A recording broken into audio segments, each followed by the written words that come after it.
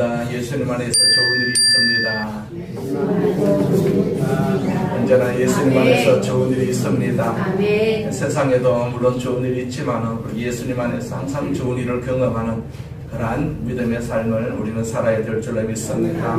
자, 앞에 있는 구호 우리 세 번 선포합니다. 나는 하늘의 복 땅의 복을 받았습니다. 나는 하늘의 복 땅의 복을 받았습니다.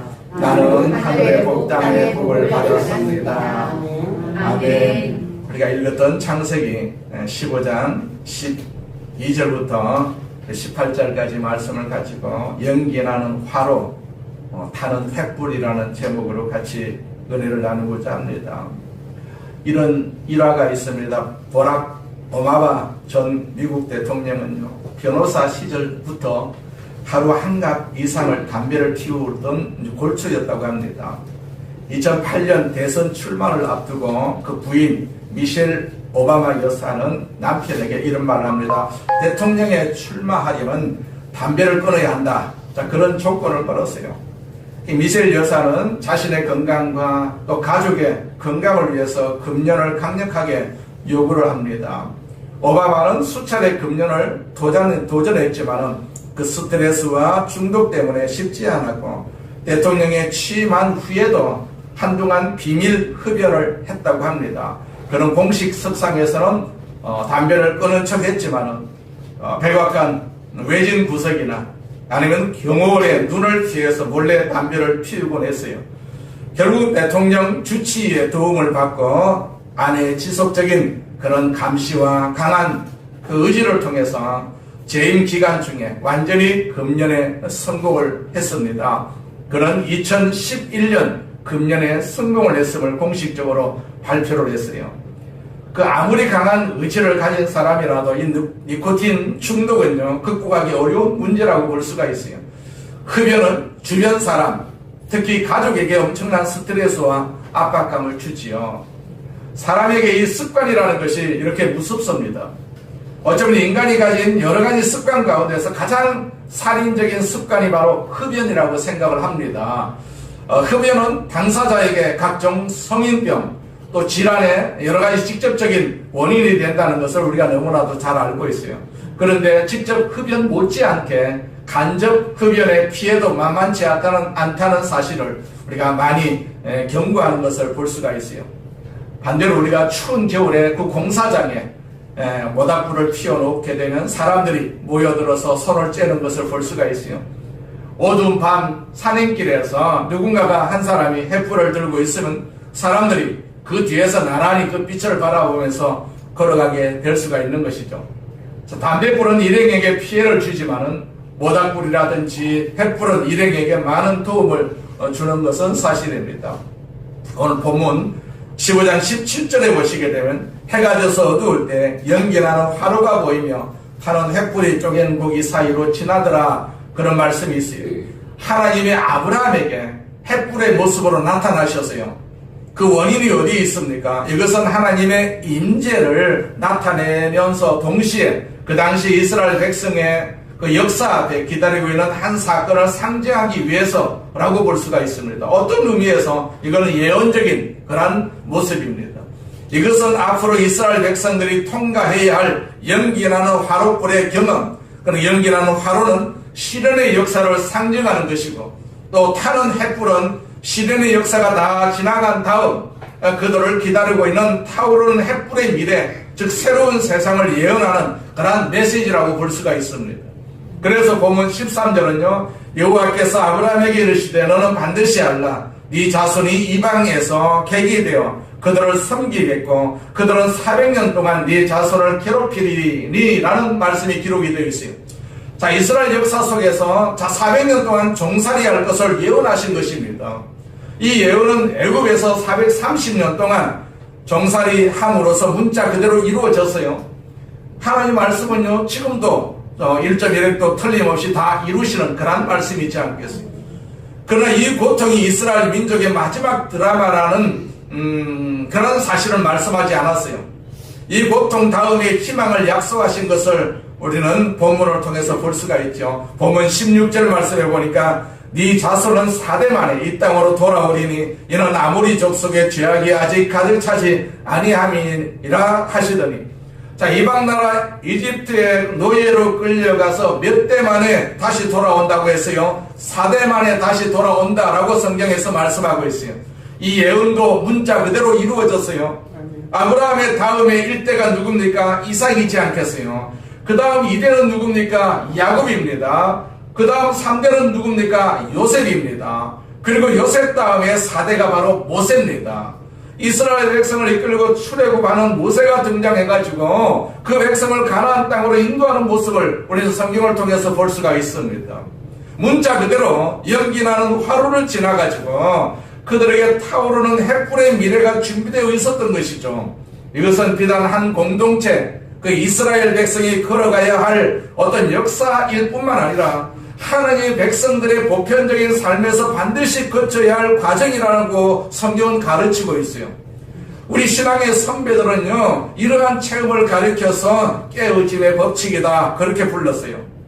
마치 연기라는 화로 속에 들어가서 깨어지고 달궈진 다음에, 자, 하나님이 쓰시는 것처럼 우리 인생이 쓰임받기 위해서는 이런 시련의 과정을 반드시 거쳐야 한다는 것이죠.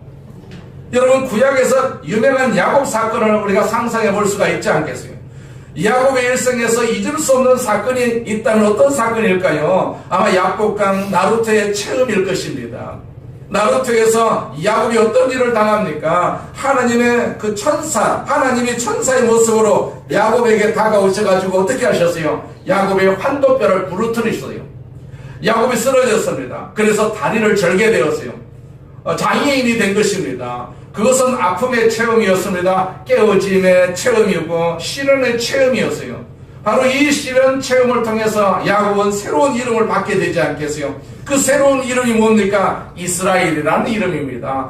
이스라엘의 뜻은요, 하나님과 겨루어 이긴 자라는 뜻을 가지고 있어요.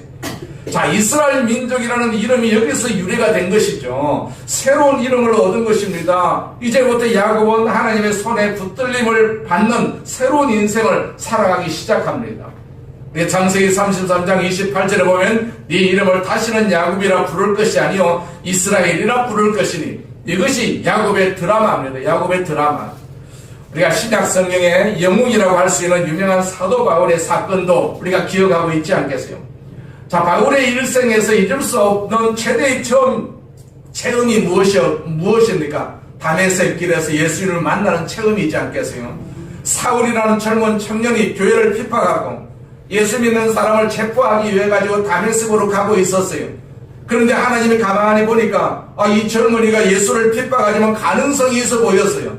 그래서 하나님이 어떻게 하십니까? 이 젊은 청년에게 빛으로 임하시는 것을 볼 수가 있어요. 정오의 강력한 빛이 이 청년을 사로잡아서 빛 가운데 거꾸로 들였습니다. 그가 넘어지면서 한 소리가 무엇이었어요? 산소리를 듣습니다. 사도행전 26장 14절 말씀해 보니까 사울아 사울아 네가 어찌하여 나를 박해하느냐, 가시체를 뒷발질하기가 내게 고생이니라, 그 말씀을 들었어요. 자, 가시체라는 것은요, 소나 다른 가축을 원하는 방향으로 가게 하거나 또 멈추게 할 때 사용하는 도구입니다. 막대기입니다. 보통 나무 막대기 끝에 뾰족한 쇠붙이나 뼈를 박아가지고 자, 짐승의 엉덩이나 옆구리를 찔러서 움직임을 유도하는 것입니다. 그 가시체가. 자, 그래서 소가 자신을 찌르는 가시체가 싫다고 뒷발질을 해봤자 오히려 자신의 발만 더 아프게 할 뿐 방향을 바꾸게 만드는 힘, 그 가시체를 이길 수가 없다는 것이죠.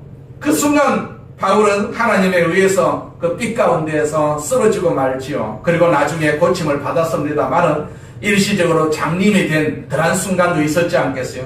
자, 이것은 아픔의 체험이었어요. 아픔의 체험이었고 고통의 체험이었습니다.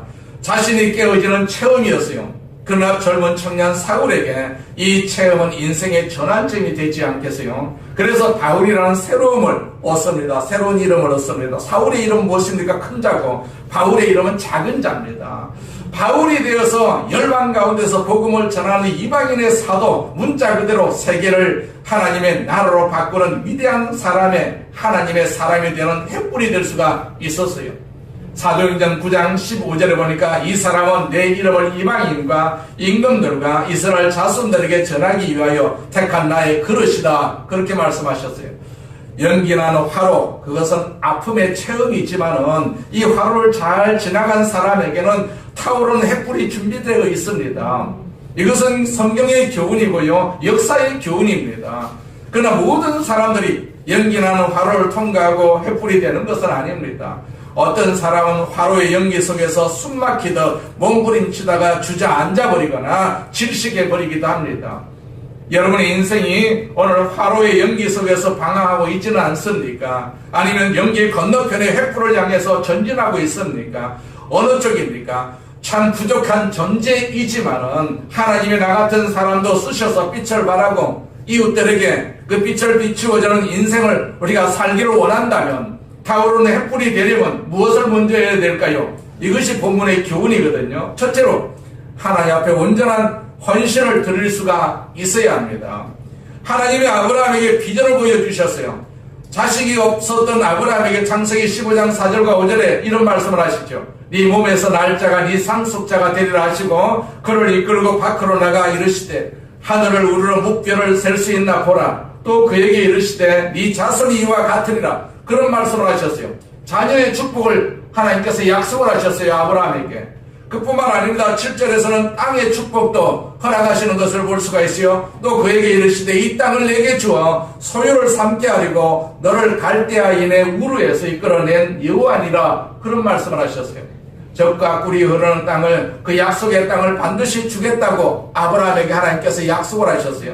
그런데 아브라함이 어떤 반응을 보입니까? 창세기 15장 8절 말씀을 보니까 그가 이르되 주 여호와여 내가 이 땅을 소유로 받을 것을 무엇으로 알리이까? 다시 말하면 하나님 저를 그렇게 축복해 주신다고요? 그런데 믿어지지 않습니다. 축복의 사인을 주세요. 징조를 보여주세요. 그 말씀이거든요. 그랬더니 하나님께서 뭐라고 말씀하셨습니까?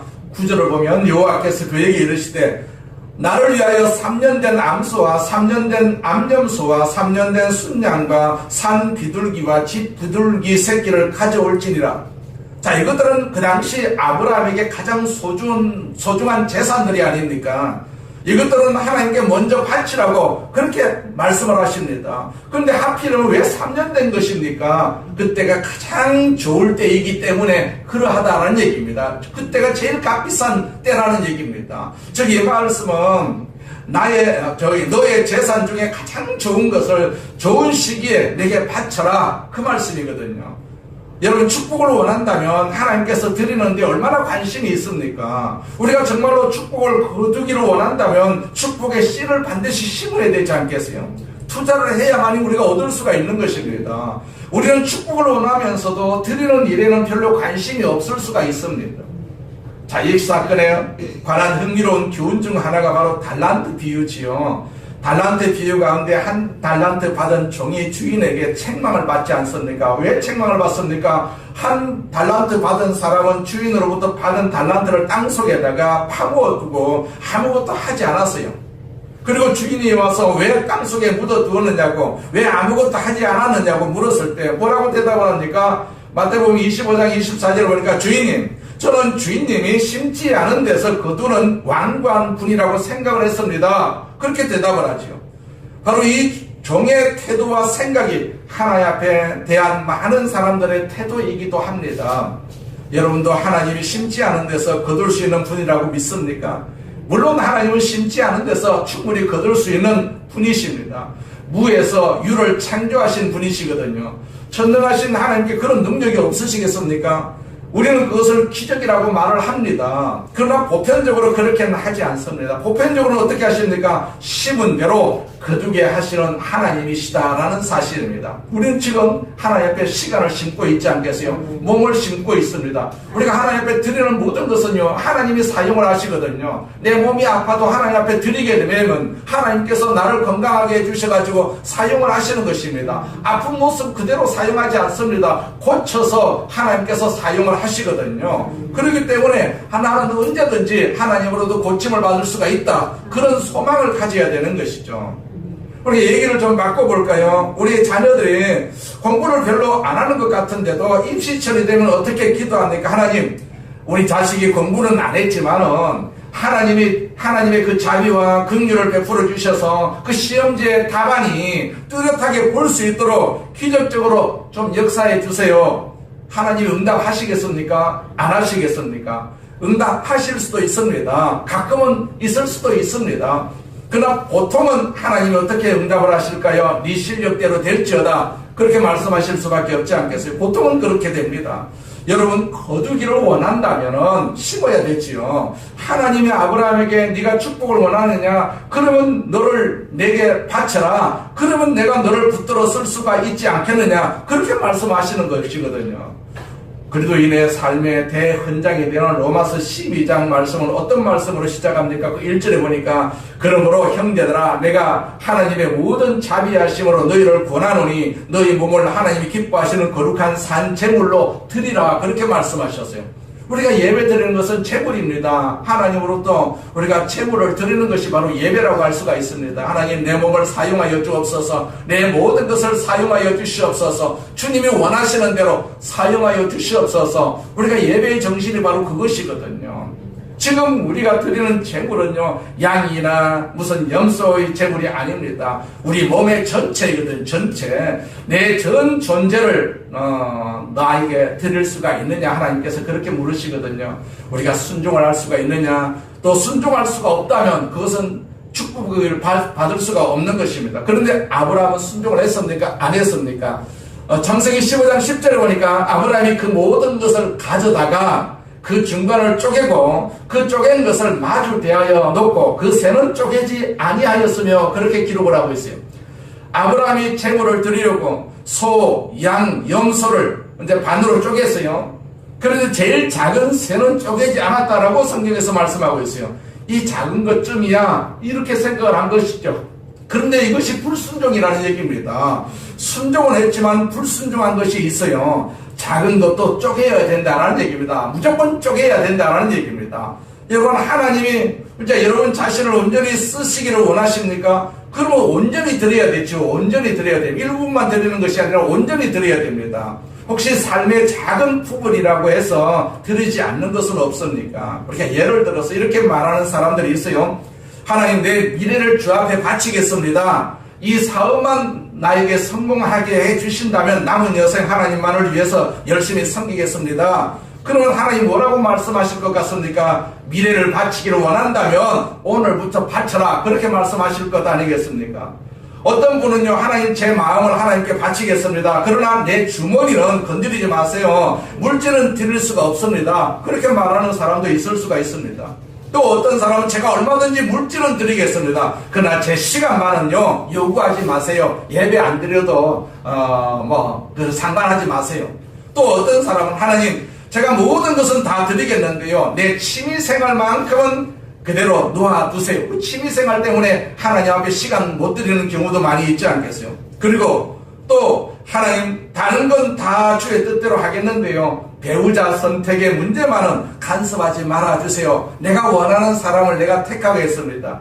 자, 이런 사람들을 향해서 주께서 어떻게 말씀을 하시겠습니까? 이 전 존재를 내게 바쳐라. 그래야 내가 너를 쓰지 않겠느냐. 그렇게 말씀하실 것 아니겠습니까?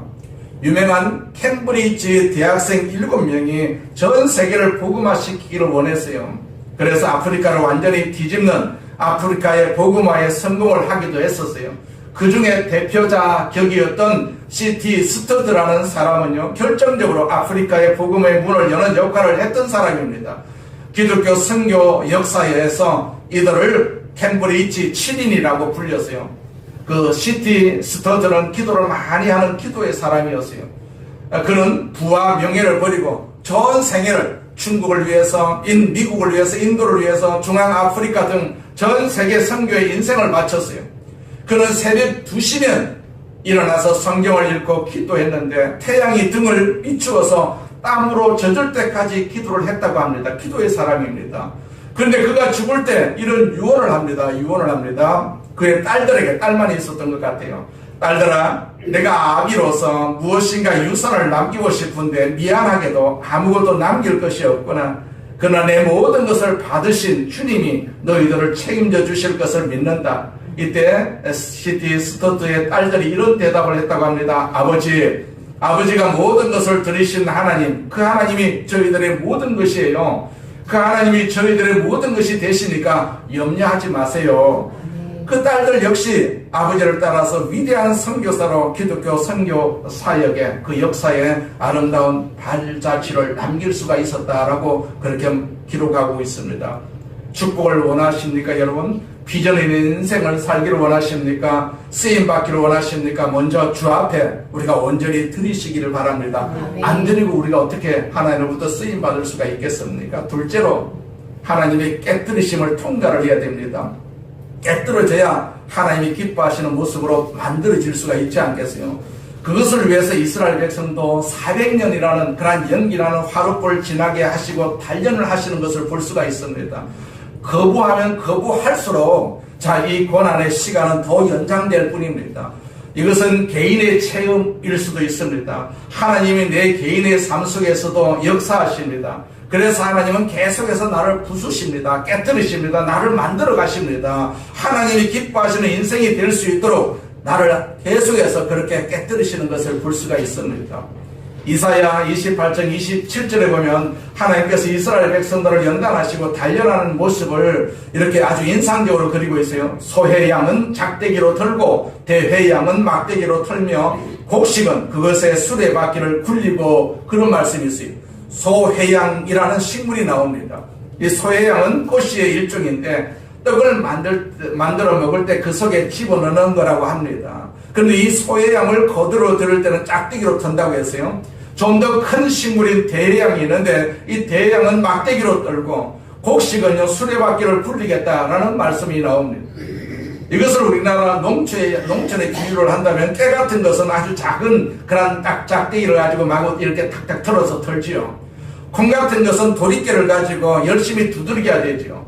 보리 같은 것은 어떻게 합니까? 절구에 넣고 찧어야 됩니다. 사람 역시 하나님의 손에 붙들려서 만들어지는 모습이 저마다 다릅니다. 깨 같은 사람은 하나님 회초리를 가지고 달달 쳐서 깨우쳐 주시는 경우도 있습니다. 어떤 사람은 콩처럼 하나님이 도리깨를 가지고 작사를 내는 경우도 있어요. 그래서 정신을 차리고 새로워져서 주님을 붙들고 주의 말씀 안에서 만들어지는 것입니다. 어떤 사람은 절구방에 넣고 찢지 않으면 결코 새로워지지 않을 사람들도 있습니다.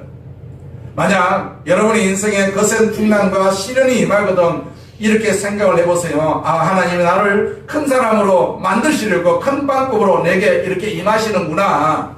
또 하나 이런 가능성도 있습니다. 내가 너무 고집이 세니까 하나님이 나를 절구방에 넣고 찢으시는구나. 어쨌거나 중요한 것은 하나님 만드실 때 우리가 저항하지 말아야 된다라는 얘기입니다. 하나님, 고통을 통한 분명한 교훈을 내가 배우겠습니다. 저를 주님이 원하시는 사람으로 만들어주세요. 이렇게 순복하는 것이 우리가 해야 할 그런 자세라고 볼 수가 있죠. 우리는 순종하기로 작정을 하고 우리가 교회를 다니는 것 아니겠어요? 불순종하면 우리가 교회를 다닐 수가 없죠. 우리가 지금 순종하고 여기까지 왔어요. 끝까지 우리가 순종을 해야 되죠. 작은 것 하나까지도 우리가 순종을 해야 되는 것이죠. 미국의 A.A. 폴라드라는 한 여인이 있었어요. 아주 똑똑한 여자였는데 보스턴 유명한 학교를 졸업하고 보스턴에서 대학 교수가 되었어요. 그런데 당뇨병이 있어요. 당뇨병이. 교회는 다니지만 구원의 확신이 없는 아주 세속적인 사람에 불과한 그런 여인이었어요. 그런데 자기 몸이 아프니까 그것 때문에 기도하기 시작을 했고 주님을 알아가기 시작합니다. 그런데 병은 빨리 낫는 것이 아닙니다. 낫지 않습니다. 낫는 것 같기도 하고 또 아프고 또 아프고, 그런 어느 시점에서 그는 이렇게 기도합니다. 하나님, 어째서 제가 이 끊임없는 질병 가운데서 인생을 보내야 합니까? 혹시 제게 다른 계획이 있지는 않습니까? 그때 갑자기 그의 마음속에 하나님의 어떤 감동이 있었어요. 그래서 대학 교수로 있던 그가 선교사로 헌신을 합니다. 하나님, 비록 병든 몸이지만은 제대로 신앙생활 하다가 내가 죽을게요. 그리고 어느 날 붓을 들어서 찬송가 하나를 작사를 합니다. 우리가 잘 아는 유명한 찬송가죠. 425장. 주님의 뜻을 이루소서 고요한 중에 기다리니 진흙과 같은 날 빚으사 주님이 형상 만드소서, 그러한 가사입니다. 그래서 이 여인은 자기 생애의 마지막을 횃불처럼 주 앞에 들을 수가 있었다라고 간증하고 있어요. 자, 여러분 어떤 모양이라든지 하나님께서 깨뜨리신다면 우리가 깨어져야 되지 않겠어요? 깨어져야 됩니다. 안 깨어지려고 우리가 발버둥을 치게 되면 우리가 교회 생활을 할 수가 없는 것 아니겠어요? 나 자신이 깨어지지 않고서는 새로운 그릇이 될 수가 없습니다. 새로운 그릇, 하나님 원하시는 그릇만 우리 스스로 준비만 된다면 하나님 그 그릇 속에 축복을 부어주실 것 아니겠어요? 깨어지기 싫으세요? 그럼 영원히 하나님 축복을 경험하지 못할 수도 있습니다. 그렇기 때문에 하나님께서 나를 깨트리시는구나. 우리가 기도하면서 깨트려줘야 됩니다. 깨트려지면 하나님께서 우리를 축복해 주실 줄로 믿습니다. 실제로 하나님이 약속을 우리가 붙들어야 됩니다. 자, 타오르는 햇불처럼 살려면 하나님 약속을 신뢰할 줄 알아야 되죠. 자, 고통의 건너편에서 나를 기다리는 빛나는 하나님의 약속을 우리가 볼 수가 있어야 됩니다. 고통은 괴롭지요. 얼마나 괴롭습니까? 그러나 무한히 그 고통이 계속되는 것은 아니거든요. 어느 날 이 고통은 반드시 끝이 납니다. 내 아픈 것도 끝이 납니다. 내 고통도 반드시 끝이 납니다. 하나님께서 나를 다스리는데 끝이 없을 수가 없지 않겠어요? 내가 받아야 할 교훈을 배우고 주 앞에 내가 제대로 서기만 한다면 고통의 긴 터널 바깥에 희망의 새벽을 하나님께서 준비하고 계신다라는 사실이죠. 그 새벽을 우리가 바라볼 수가 있어야 됩니다. 바라볼 수가 있어야 됩니다. 현재만 바라보게 되면 우리가 절망할 수밖에 없지요. 그러나 미래를 우리가 바라봐야 되죠. 하나님 우리를 끝까지 사용하십니다. 하나님께서 세우신 나라도 끝까지 하나님께서 지키시고 보호하시는 것을 우리는 이스라엘을 통해서도 능히 볼 수가 있지 않겠어요? 오늘 본문에서는 어떤 새벽을 준비하셨어요? 14절에 보니까 그들이 섬기는 나를 내가 징벌할지며 그랬어요. 자, 하나님이 그 이집트 나라를 징계하시고 심판하시고 모세를 통해 가지고 이스라엘 백성을 출애굽을 시키셨어요. 그 후에 네 자손이 큰 재물을 이끌고 나오리라고 했어요.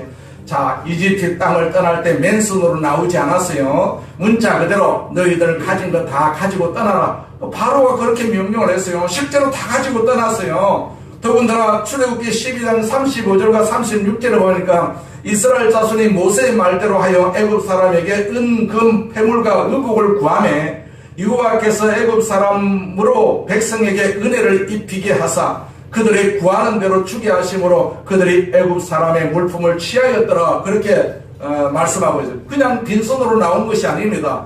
그동안에 400년 동안 고생한 거 다 챙겨가지고 나오게 하신 하나님의 모습을 볼 수가 있어요.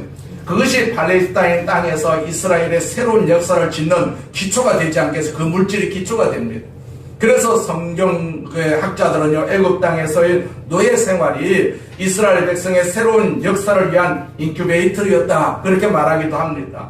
자, 애굽에서 하나님의 손길을 경험하고 하나님의 미래를 준비할 수가 있었던 것이죠. 하나님은 아브라함에게 어떤 약속을 하십니까? 15절에 보니까 너는 장수하다가 평안히 조상에게로 돌아가 장사될 것이다. 이 고통이 마냥 계속되는 것은 아니었어요. 건강한 몸으로 평안을 누리면서 살아야 할 평안의 미래가 아브라함에게 기다리고 있었어요. 그러므로 오늘 잠깐의 고통을 견디라고 말씀을 하시는 것입니다. 그러면 이제 나하고 약속을 하자. 그래서 하나님이 아브라함과 약속을 하시는데 이것이 언약식입니다. 자, 17절 말씀 보니까 해가 져서 어두울 때 연기나는 화로가 보이며 타는 횃불이 쪼갠 고기 사이로 지나더라. 먼저 연기나는 화로를 보았어요. 연기가 지나간 다음에 타는 횃불이 쪼갠 고기 사이로 지나갔다라고 성경에서 말씀하고 있어요. 그래서 둘 사이에 이제 언약이 성립이 되었다라는 말씀이거든요. 아브라함과 하나님이 언약을 맺었다라는 얘기입니다. 옛날에도 우리가 그런 습관이 있지 않겠어요? 사랑하는 사람들이 정혼하면서 우리가 어떤 이유로 때문에 헤어지게 되면 반지 하나 가지고 어떻게 합니까? 반을 쪼개 서로 나누어 갔습니다. 징표로. 그리고 어느 날 낯선 미지의 장소에서 다시 만날 때는 반지를 딱 맞춰보고 보는 그런 로맨스가 있었지 않겠어요? 자, 고기를 쪼갠다는 말에서 언약이라는 말이 나왔거든요. 언약은 히브리 말로 베리트라고 부릅니다. 영어로는 to cut라는 단어입니다. 자른다라는 의미거든요. 잘라놓고 지나감으로써 언약이 성립되었다는 얘기입니다. 그런데 하나님이 처음에는 연기를 보내셨어요. 그 다음에 뭘 보내십니까? 횃불이 쪼갠 고기 사이로 지나갔다고 했어요. 본래는 두 사람이 다 지나가면 약속이 성립이 되는데 여기서는 하나님이 보내신 횃불만 지나가게 했어요. 하나님이 일방적으로 약속을 하신 것입니다. 그리고 약속대로 되었어요. 이스라엘 백성이 어려운 가운데서도 그 애굽에서의 고통을 인내할 수가 있었던 가장 중요한 비밀이 하나님의 약속 때문이었어요. 약속 때문에 시온 땅으로 돌아온다고, 그 젖과 꿀이 흐르는 가나안 땅으로 돌아온다고 주님은 약속하셨어요. 그래서 광야의 길을 내고 사막에 생수를 내기도 하시고 새로운 하나님의 땅을 만들 것이라고 약속을 하셨어요. 그 하나님의 약속을 붙잡을 수가 있었던 믿음 때문에 그 고통의 사건을 충분히 견딜 수가 있었던 것 아니겠어요? 하나님께서는 우리에게도 그런 약속을 주시는 것입니다. 아브라함에게 주셨던 이 약속이 오늘 우리 장로님, 우리 권사님들에게, 우리 집사님들에게, 우리 전도사님들에게도 동일하게 주시는 약속이거든요. 우리가 이 약속을 붙들고 살아야 됩니다. 우리가 세상에 살면서 무엇을 붙들고 살 수가 있겠습니까? 이 하나님의 약속을 붙들고 살면 그 붙드는 대로 하나님께서 우리에게 역사해 주시거든요. 여러분, 하나님 예수님이 십자가에 매달리는 순간에 제자들이 뿔뿔이 다 흩어지는 그런 기록이 되어 있지 않겠어요? 아마 예수님의 제자들은 이렇게 말했을 것입니다. 예수님이 정치적 메시아로 유대 민족에게 자유를 가져다 줄 것을 기대했는데 이제 모든 희망이 사라졌다. 예수님이 십자가에 죽으시니까 희망이 없지요. 그래서 포기한 제자들이 335 짝을 지어서 고향으로 다 돌아가고 있었어요. 누가복음 마지막 장에 보면 엠마오로 가는 두 제자의 이야기가 나옵니다. 그들은 모든 것을 다 포기하고 고향으로 돌아가고 있었어요. 그때 이 두 제자 곁에 누가 다가오셨습니까? 부활하신 예수님이 다가오셨어요. 그리고 어떻게 하십니까? 나그네의 모습으로 곁에 서서 성경 말씀을 들려주기 시작을 합니다. 주님의 말씀을 듣는 순간 그 두 제자의 마음이 뜨거워졌다라고 성경에서 말씀하고 있어요. 그리고 그 말씀을 듣는 순간 소망이 생겼어요. 소망이 없었는데 그 말씀을 듣는 순간에 소망이 생겼어요. 놀라운 희망이 용수넘쳤습니다. 그 두 제자는 그 순간 문이 열리고 부활하신 주님을 보게 되죠. 그리고 엠마오로 가던 그 걸음을 돌이켜서 다시 예루살렘으로 가지 않겠어요. 그들이 땀 흘려서 일해야 할 곳, 마지막으로 헌신해야 할 곳을 향해서 다시 돌아갔습니다. 그들은 타오르는 햇불처럼 그들의 인생을 주 앞에 바쳐서 쓰임받는 인생으로 살 수가 있었던 것이죠. 약속의 말씀을 붙잡는 순간에 희망이 회복이 되었어요. 여러분 가운데 혹시 지금 이 순간 자기 인생이 연기 속을 지나가고 있다고 생각하는 분들이 계십니까? 연기 건너편에서 주께서 여러분을 위해서 예비하신 햇불을 바라보시기를 바랍니다. 하나님의 말씀을 우리가 붙드시기를 바랍니다. 그 말씀을 붙잡는 순간에 우리의 인생이 달라질 수밖에 없지 않겠어요? 햇불을 준비하시고 우리에게 다가오시는 그분이 이렇게 말씀하십니다. 요한복음 8장 12절에 보니까 나는 세상의 빛이니 나를 따르는 자는 어둠에 다니지 아니하고 생명의 빛을 얻으리라, 그렇게 말씀하셨어요. 우리가 예수의 생명을 가지고 있어요. 우리는 예수님을 만났지 않겠어요? 어느 날 예수님을 만났어요. 예수님을 나의 주님이라고 우리가 부르기 시작했습니다. 그때부터 예수님의 생명, 하늘의 생명이 우리 가운데 있습니다. 이 생명을 가지고 지금까지 내가 살아왔다. 또 앞으로도 내가 살 것이다. 세상이 주는 생명이 아닙니다. 우리는 세상이 주는 생명은 이미 늦었어요. 이미 늙었습니다. 그렇기 때문에 하나님이 주시는 생명을 우리가 가지고 살아야 된다. 그러면 우리는 날마다 새로워질 수밖에 없지 않겠어요? 예수가 이 땅에 오셨어요. 지금 성탄절이지 않겠어요? 예수님이 이 땅에 우리를 구원하시기 위해서, 우리에게 영원한 생명을 주시기 위해서 이 땅에 오셨다라는 사실을 우리는 충분히 우리가 믿고 있지 않겠어요? 그 생명의 빛 대신 예수를 우리가 꼭 붙들고 살아야 될 줄로 믿습니다. 아무리 고통스러워도 연기나는 그런 화로불은 고통입니다. 그러나 하나님께서 그 뒤에 준비하신 타는 햇불은 축복이거든요. 능력입니다. 그렇기 때문에 우리에게는 항상 능력이 있다. 타는 햇불이 있다. 연기나는 화로불이 문제가 아니다. 이런 문제를 내가 견디기만 한다면, 말씀으로 우리가 아브라함처럼 견디기만 한다면 언젠가는 타는 햇불 속에서 우리는 하나님의 축복을 마음껏 누리는, 찬송하는 복된 삶이 될 줄로 믿습니다. 그 복을 다 누리시기를 주의 이름으로 축원을 드립니다.